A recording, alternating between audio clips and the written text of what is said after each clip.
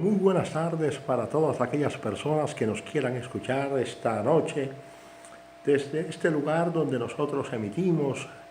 frecuentemente nuestras disertaciones o nuestras manifestaciones o simplemente los videos con los que queremos comunicar a todas aquellas personas que nos ven o que nos escuchan cuál es nuestra opinión frente a los graves casos que generalmente se suscitan en Colombia o en el mundo. Esta vez volvemos sobre el gravísimo tema que significa la forma paulatina como se ha ido perdiendo la libertad para los ciudadanos en territorio venezolano. El pasado 15 de octubre del año 2017 se llevaron a cabo las elecciones de gobernadores de los estados de la República Bolivariana de Venezuela y según los resultados un tanto sospechosos, un tanto ambiguos del Consejo Nacional Electoral, 18 de esos estados fueron ganados por los partidos oficialistas o por el chavismo y solamente 5 estados, quizás 6 estados, terminen quedando en poder de la oposición reunida alrededor de lo que se conoció hasta hoy o hasta ayer como la Mesa de la Unidad Democrática. Es lamentable que estas cosas sucedan en Venezuela porque hasta hace relativamente poco tiempo el territorio venezolano estaba constituido como una de las democracias más antiguas de América y también como una de las regiones en donde las instituciones democráticas tenían una mayor fortaleza y una mayor vigencia. Sin embargo, a partir de diciembre de 1998, con la llegada al poder de la llamada Revolución del siglo XXI y la llegada al poder del señor Hugo Chávez, la izquierda, unida en torno actualmente a lo que se llama el PSUV o el Partido Socialista Unido de Venezuela, ha encontrado los espacios, ha encontrado los caminos, ha encontrado los recovecos institucionales para socavar las instituciones democráticas, para disminuir los espacios de libertad que en un momento determinado tenía el pueblo para poder decidir sobre su destino. Es cierto que en un principio el chavismo y Hugo Chávez en particular logró una mayoría entusiasta de gente del pueblo que apoyó sus propuestas independientemente de que éstas pudieran parecer excesivamente populistas o impracticables en una sociedad que había diseñado previamente su modelo económico como uno en donde se practicase la libertad de mercado. Pero independientemente de esa cuestión simplemente económica, digámoslo así, lo interesante era que los venezolanos habían construido a partir de 1958 y desde 1961 en concreto, una democracia con todos sus defectos, con todas sus fragilidades, con todas sus imperfecciones, que garantizaba unos mínimos, unos pisos, como decía Carlos Andrés Pérez, de libertad y de capacidad decisoria para el pueblo. Naturalmente que hubo crisis importantes a lo largo de todos esos años y especialmente esas crisis se sucedieron como consecuencia de la pérdida del poder adquisitivo de la moneda venezolana, consecuencia inmediata de la caída de los precios del petróleo en una economía que prácticamente se basó exclusivamente en la exportación del petróleo como producto fundamental de generación de riqueza en territorio venezolano. Pero volviendo al tema exclusivamente político, nos hemos encontrado con que al paso de los años, al paso de los tiempos, después de 1998, el gobierno venezolano, primero en cabeza del señor Hugo Chávez y después en cabeza del señor Nicolás Maduro, ha encontrado, decía yo, los recovecos, los espacios, los caminos, los incisos para ir carcomiendo paulatinamente las instituciones democráticas y los pequeños espacios de libertad que le quedaban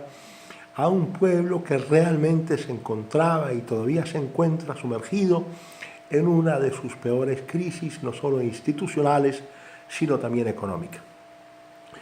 Y primero fue con la elección de una Asamblea Nacional Constituyente en 1999, que en aquel momento se hizo de conformidad con la teoría clásica constitucional. De conformidad se solicitaba al constituyente originario, al pueblo, que efectivamente convocase la Asamblea Nacional Constituyente y la eligiese. Y ahora, con la elección de una nueva Asamblea Nacional Constituyente, que no ha sido refrendada por absolutamente nadie, sino que es la expresión exclusiva del mandatario de turno, nos encontramos en dos puntos en los cuales definitivamente la democracia venezolana terminó ahogada, terminó sumergida en el fango, terminó completamente hundida. Y eso no ha sido un proceso que ha ocurrido de la noche a la mañana, sino que ha sido un proceso progresivo. Pero lo importante en este momento es destacar la forma como el gobierno alentó la división entre los sectores de la oposición al establecer como una exigencia por fuera de la ley la juramentación de los nuevos gobernadores frente a la Asamblea Nacional Constituyente, elegida el pasado 30 de julio. Absolutamente nadie con sentido común podría afirmar que en la Constitución Política de Venezuela actualmente vigente,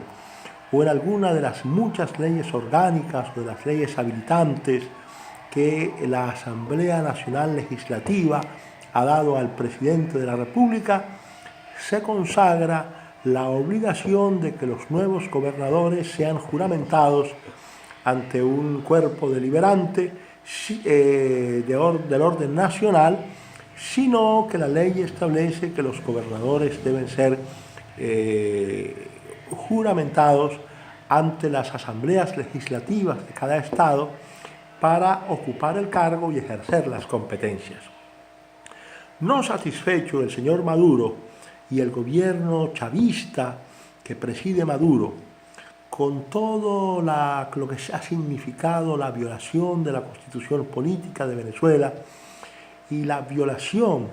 de los derechos humanos en situaciones excepcionales, ha exigido con posterioridad a las elecciones del 15 de octubre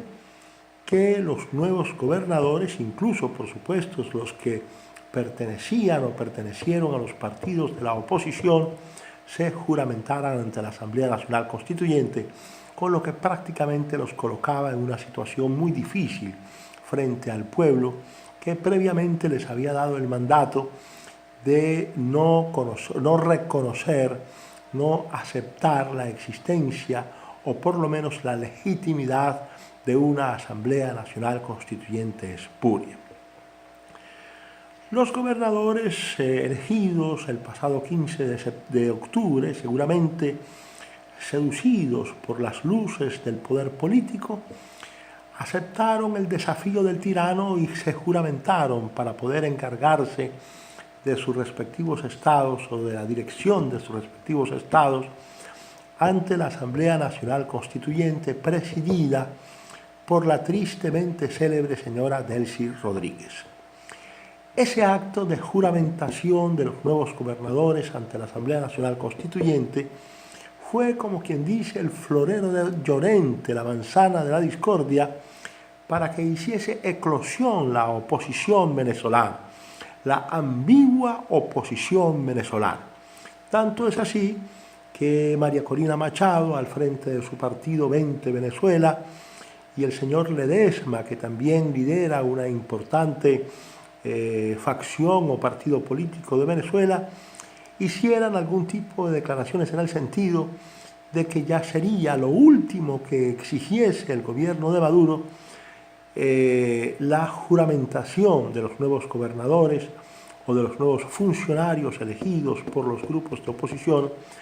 ante la absolutamente ilegítima Asamblea Nacional Constituyente, que entre otras cosas, por razones que ahora no vamos a mencionar, es absolutamente incompetente, es decir, no tiene competencias para hacer lo que está haciendo en este momento,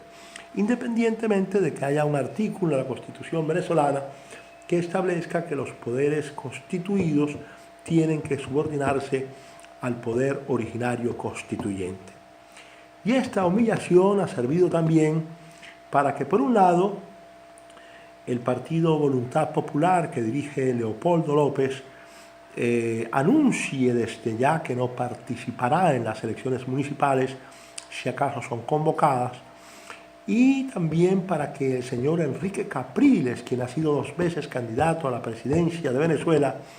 diga desde su trinchera del partido Primera Justicia que no se volverá a sentar en la mesa de unidad democrática mientras el señor Henry Ramos Alup, presidente o dirigente de Acción Democrática, se encuentra en esa misma mesa de unidad, por cuanto, afirma el señor Capriles, el señor Henry Ramos Alup fue el gran propiciador de esta especie de entrega, de esta especie de traición, de esta especie de claudicación en que ha incurrido la oposición política en Venezuela. El pueblo, por supuesto, se encuentra completamente desorientado, se encuentra completamente desilusionado de sus dirigentes, especialmente de los dirigentes de la oposición, y ahora no se sabe muy bien qué podrá ocurrir en los próximos meses con la oposición venezolana o con ese sector de la sociedad venezolana que no comulga con las directrices que querría establecer el presidente Maduro y el Partido Socialista Unido de Venezuela. Lo cierto es que la oposición se encuentra completamente fragmentada, no solamente dividida en 2 vertientes,